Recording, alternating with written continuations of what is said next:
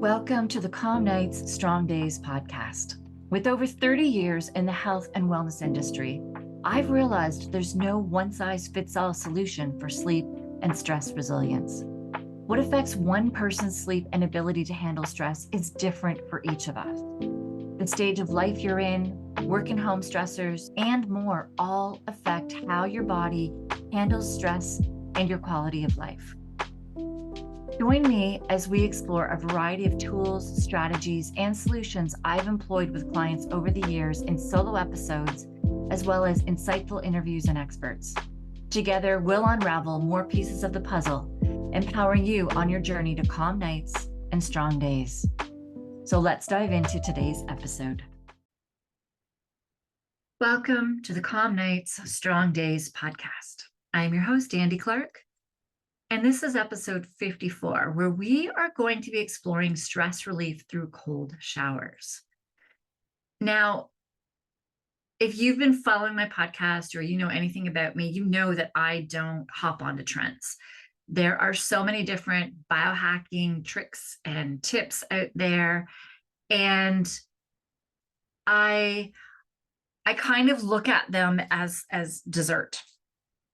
So will these tricks and tips and these biohacking tools, will they help you? Like, are they the base foundational tools? If you do not have the base foundational tools, the dinner, the entree, then are you getting a really good solid base of what you need? And are these desserts helping? So there's all different things out there. And of course, my mind's going blank as I'm saying this to you. There's so many different biohacking tips and tricks out there. There's certain different ways of eating. There's all different kinds of vitamins and supplements and all of these things out there. And I kind of looked at them like dessert, because if you're not doing the base foundational things for stress, if you're continually stressing out your body, if you're continually, doing the things that are continually putting you into a stressed state all of the time, or you haven't healed the damage that long-term stress has done to your body, or you haven't worked on the mental things that are continually, getting you mentally into a stress state or not allowing you to mentally handle stressed situations, then are these tools going to help you? And so that is one reason as well why I don't talk a lot about these different biohacking tools. There's certain ones that I have brought into my life, and absolutely, like with my husband and his job, when I know that he is going through a big stressful time with his job and working crazy hours. I know during the trucker rally, he worked 33 days straight, and he worked 18-hour days on average, but he had a 33-hour shift in there, a 23-hour shift, or 26 and a 21. But 18 hours meant he had 6 hours to come home, see us, eat, shower, get to sleep, and prep for his next day and get back to work. So we did pull out what I call these desserts, right? These little things that I'm like, okay, these are the things that are going to help you right now, that you can't rely on a regular base all of the time. But they are those desserts. They're those extra little, highs and additives to help you, I guess, enjoy your meal a little more. And so that's where I've always wondered how this cold plunge was. I'm like, is this cold plunge a dessert? How does it work long term? I always want to dive into the research and find out from the research to see how it works long term. Because there's things like intermittent fasting. Intermittent fasting has been shown that somebody in burnout, intermittent fasting is not good for long term. Intermittent fasting for females needs to be modified for it to be okay for a woman long term, and males seem to be good with it long term that are not in burnout and don't have certain health issues. So I like to get the research and figure out, okay, how are these things helping? How are they? And is that a dessert or is that a foundational tool?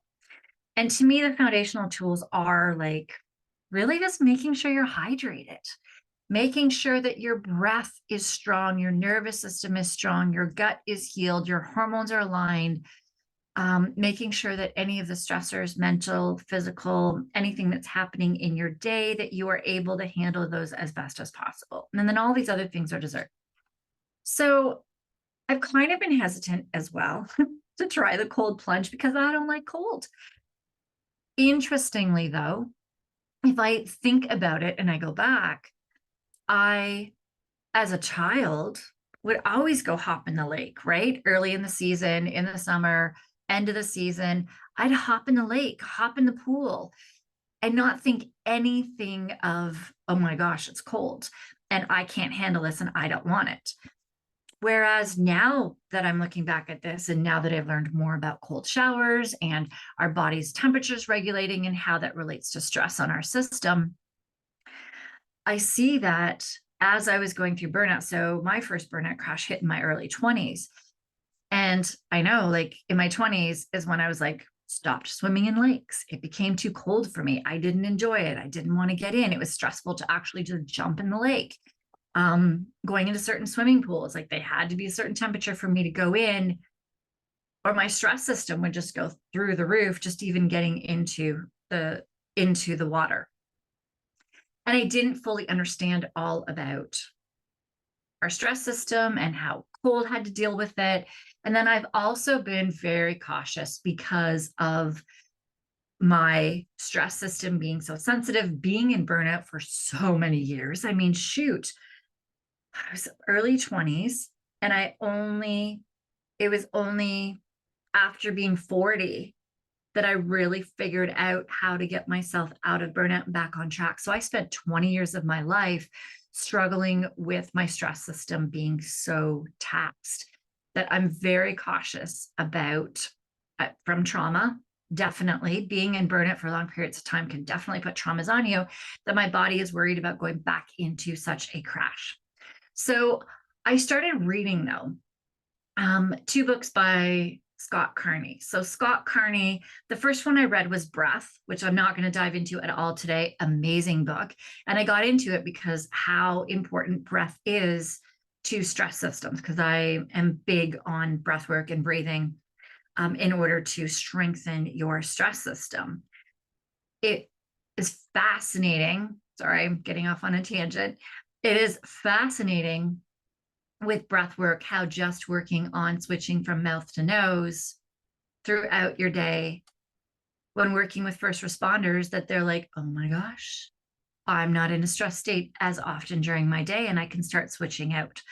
So breath work has always been a big thing. I read Scott Carney's book and it's so engaging that I saw yet another one came on sale in my Audibles, and I'm like, oh, why not? It was entertaining. Let me see how this goes. And it's called What Doesn't Kill Us by Scott Carney. It is such a good book. And it starts off by talking about him and his journey with Wim Hof. Breath also, his book Breath spoke about his journey with Wim Hof, but more on the breath side.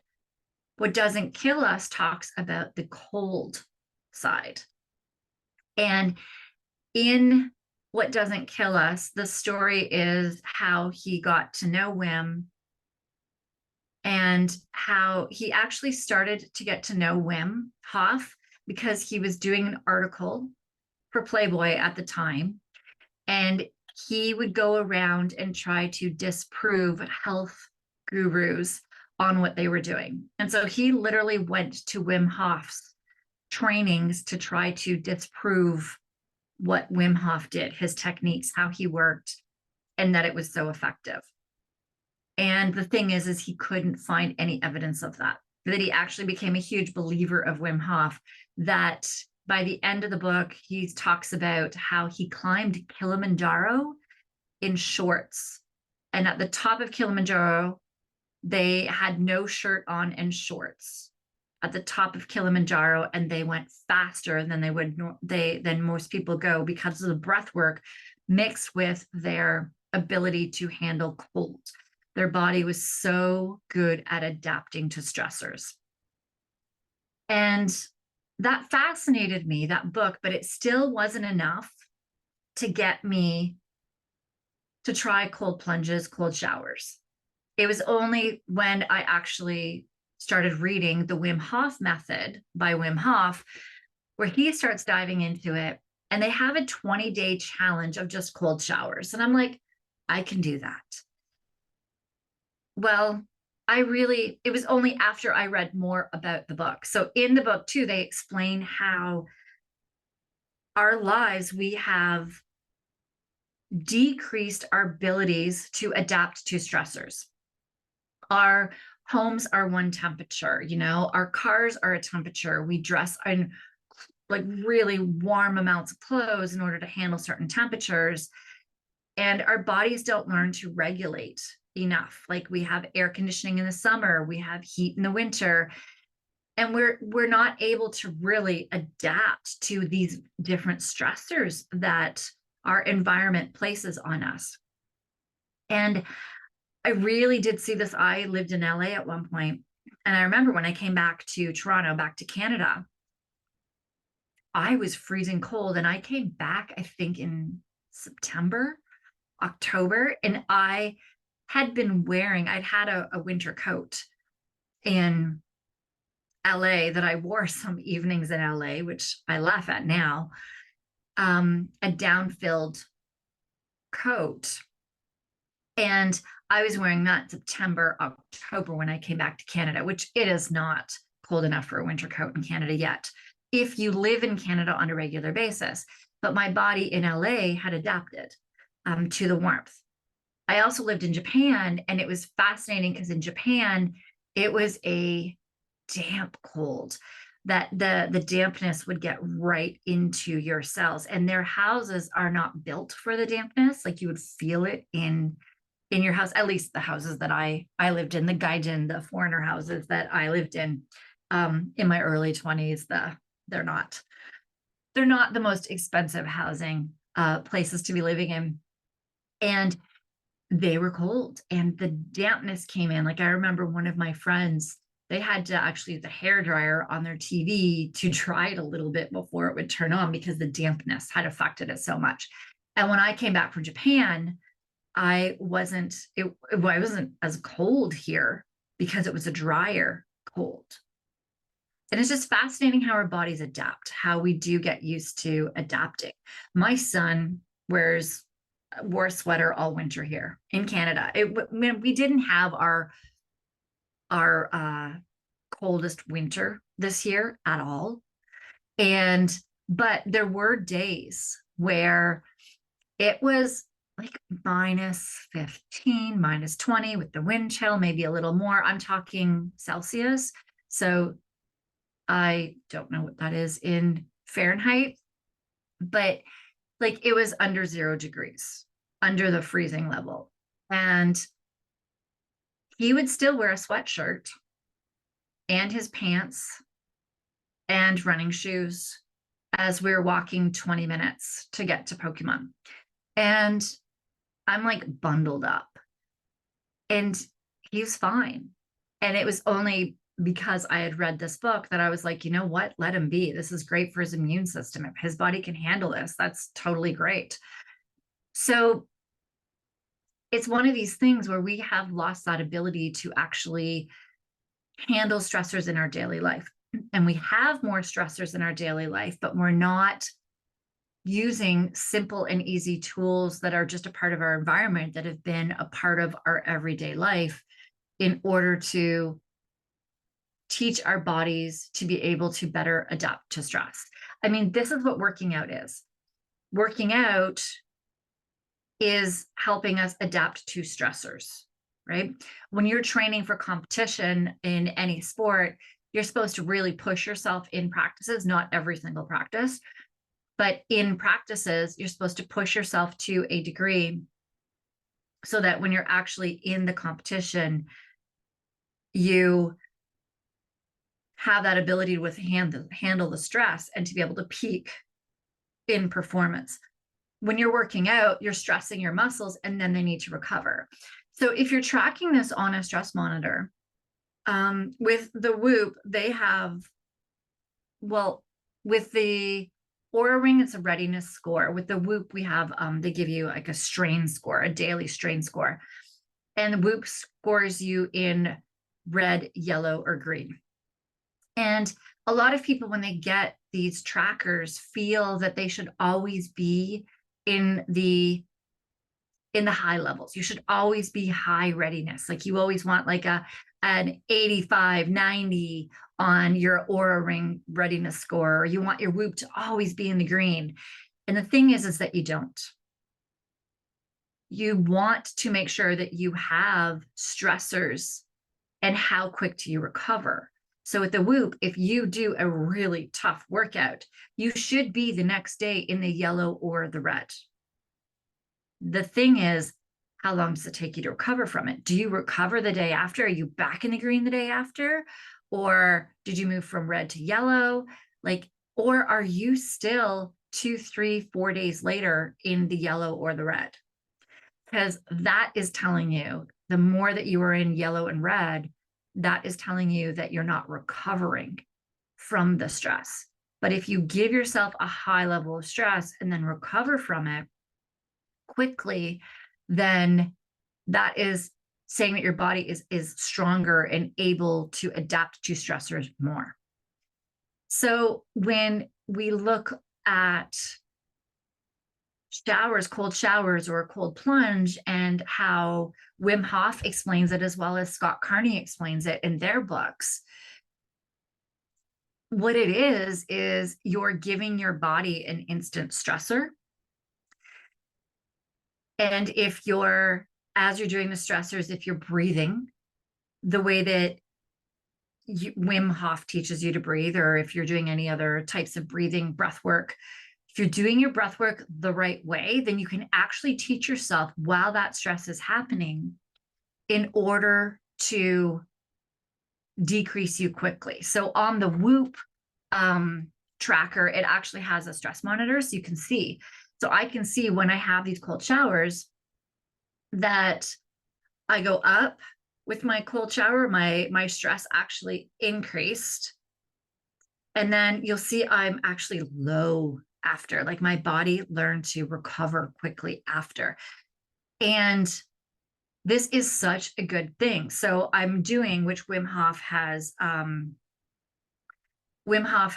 outlined a 20-day challenge. I'm past my 20 days. But that being said, I haven't done it every day for the 20 days because I need to figure out a way to remind me while I'm in the shower to do it, because all my life I haven't flipped the taps down to cold before I'm getting out of the shower. So there's times where I have actually turned off the shower and was starting to dry myself off and went, crap, I forgot, hop back in the shower and do my cold shower. Or there's times where like hours later, I'm like, oh, I totally forgot to do it. But what I'm finding is the days that I'm doing it, especially like after I started doing it, I think I did it 4 or 5 days in a row, my HRV went up. Now your HRV is your body's ability to handle and bounce back from stressors. So that tracking on my Aura and my Whoop, like it went up 10 to 20 milliseconds. It went up from what my normal baseline was after doing this cold showers. And it's fascinating because there's days where I'll forget for a couple of days and it will drop a little bit and then I go back up. So it's really been fascinating in how it's helping me. I'm finding that days my brain's clearer. A lot of my stats on my tracker are better. I'm finding that I'm craving sugars and crap less. I'm sleeping better. And so it is having definitely a better effect on me. Now, this is where I'm really curious to hear from you, because I have not been doing this for long, but I'm very curious if any of you have tried cold showers, have tried cold plunges consistently, and then stopped. I'm very curious where your HRVs were. How long did your HRV, or your ability to handle stressors, how long did it stay up for after you stopped the cold plunges? Like, let's say you have a cold plunge at home and you were doing it, and then you went on vacation to a warm climate where they didn't have, I mean, you could but even in warm climates, their cold showers aren't as cold as at least our cold showers here in Toronto. In Canada, just our naturally cold water is colder. So if you've done that, where you've just gone somewhere where you couldn't do the cold plunges for a while, I'm very curious to find out if your HRV dropped and how much it dropped by. And then when you got back into it, how quickly did it increase? So where I'm curious is wondering is this something that you have to do all the time on a daily basis, which with most things you do, like with breath work, it's bringing it into your daily practice. And I'm saying like it could be 3 minutes. So one of my coaches, George Bryant, teaches something called the wedge of expectations, where you have your floor and your ceiling. So if I'm having like the busiest day or the toughest day, like if I'm going through perimenopause and I'm finding that there are 1 or 2 days in my cycle where I'm getting major headaches at the moment. My naturopath is working on them, but they pretty much take me out. And I can do some breathing, but I don't have it to sit and do all of my morning routine stuff and all my things in my day. So that's where I'm at my lowest wedge. That's where I will be really working on like maybe doing 3 minutes of breathing. And then there's other days where I'll do 20, 30 minutes of really good, like carbon dioxide tolerance breathing to be really helping my stress system, strengthening my stress nervous system, and my strengthening my resting nervous system so that my stress nervous system doesn't overpower it. And I do know that doing that on a regular basis, as often as I can, is super helpful. So that's where I'm feeling that this cold shower thing just needs to be a part of my daily life, where I get into the habit of every time that I do have a shower, that I do switch to cold at the end of it. The idea of getting a cold plunge sounds super cool. I just don't know how that would work. Our winters are freezing here, so it would just freeze in the backyard. I don't know where we would even put it. So, and just the time that it takes for that, whereas I'm already having a shower every day, it's not as good as the cold plunge, but I am already having a shower every day. It's an extra 2-3 minutes of my shower, but it's not even becoming an extra, because what I'm finding is I'm starting to get into the habit of, when I'm rinsing the conditioner, the soap off my body, that I'm switching it to cold, because I'm so adapted to it now that I can just rinse off the soap and do that.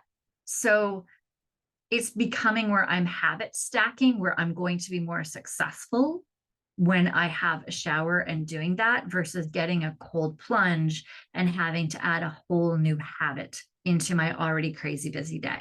At the moment, in the stage of life I'm in, that doesn't necessarily work for me. And with my climate and stuff, I'd have to research it. But I'm very, very curious to hear from you what you think of this. Like, have you tried cold showers? Are you willing to try it? Do you want to do a 20-day challenge with me? I can totally do it. I have a Facebook. I'm actually just thinking this off my head. I didn't think of this when I started this podcast episode. But I have a Facebook group, and we could do I can set up a 20-day cold shower one. This would be great for my interest too. If any of you actually have trackers, and we can see whose HRVs are going up and how they're going up during the time, that would be really cool to see. If you guys would like this, let me know.